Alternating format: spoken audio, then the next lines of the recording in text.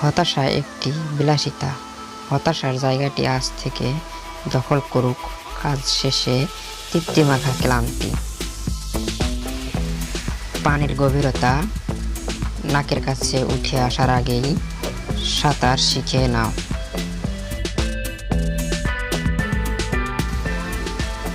তুমি ভুল করছো, এতে লজ্জার কিছু নেই।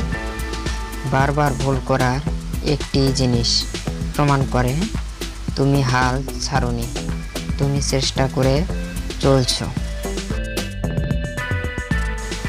নিজের থেকে বড় কিছু তৈরি করার জন্য আপনার মধ্যে সব সক্ষমতাই রয়েছে। জীবন মানে চিরন্তন ছুটে চলা, পদে পদে বাধা বিপত্তি, প্রতিকূলতায় রক্তাক্ত ক্ষত বিক্ষত হওয়া, সে ক্ষত মুছে আবার প্রবল অগ্রাসে ঝাঁপিয়ে পড়া, সংগ্রাম এবং সাফল্য, এই তো জীবন। আগুনকে যে ভয় পায় সে আগুন ব্যবহার করতে পারবে না।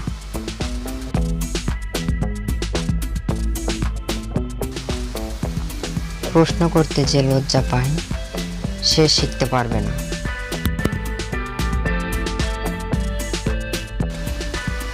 জীবনে আমি হাজার হাজার ভুল করেছি, হাজারবার হোঁচট খেয়েছি এবং সেটি নিয়ে আমি গর্বিত।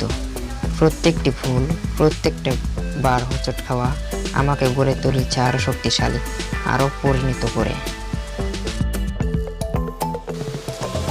কারো ভুল হয়তো সংশোধন করা যায়, কিন্তু কারো স্বভাব পরিবর্তন করা যায় না। তাই কারো স্বভাব পরিবর্তন করতে গিয়ে নিজের আত্মসম্মানকে বিসর্জন না দিয়ে বরং সেখান থেকে সরে আসাটাই হলো প্রকৃত ব্যক্তির পরিচয়। যারা অপেক্ষা করে তাদের কাছে ভালো জিনিস আসে, কিন্তু যারা বাইরে গিয়ে তাদের নিয়ে আসে তাদের কাছে ভালো জিনিস আসে।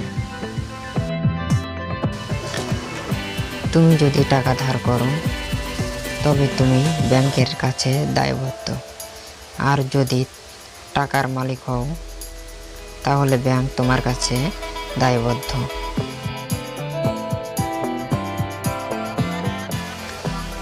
আপনি যদি আপনার সময়ের মূল্য না দেন, অন্যরা করবে না। আপনার সময় এবং প্রতিভা দেওয়া বন্ধ করুন, এর জন্য চার্জ করা শুরু করুন।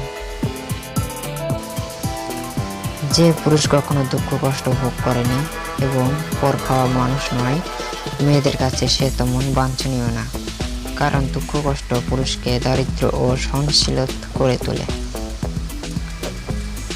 আপনি যদি সবসময় যা করেন তাই করেন, তবে আপনি যা পেয়েছেন তাই পাবেন। সফলতা হলো উদ্যম না হারিয়ে ব্যর্থতা থেকে ব্যর্থতার দিকে হাঁটা। গুয়ো পোকা যখন ভেবেছিল পৃথিবী শেষ হয়ে যাচ্ছে, তখন সে প্রজাপতি পরিণত হলো। যখনই আপনি একজন সফল ব্যক্তিকে দেখবেন, আপনি শুধুমাত্র সর্বজনীন গৌরব দেখতে পাবেন। তাদের কাছে পৌঁছানোর জন্য ব্যক্তিগত ত্যাগ স্বীকার করবেন না। পাখি স্বাধীনভাবে উঠতে পারে ততক্ষণে যতক্ষণ তার ডানা মুক্ত থাকে, কিন্তু সেই ডানায় যখন তার বাচ্চা থাকে তখন সে স্বাধীনভাবে উঠতে পারে না, তাকে খুব সাবধানে উঠতে হয়।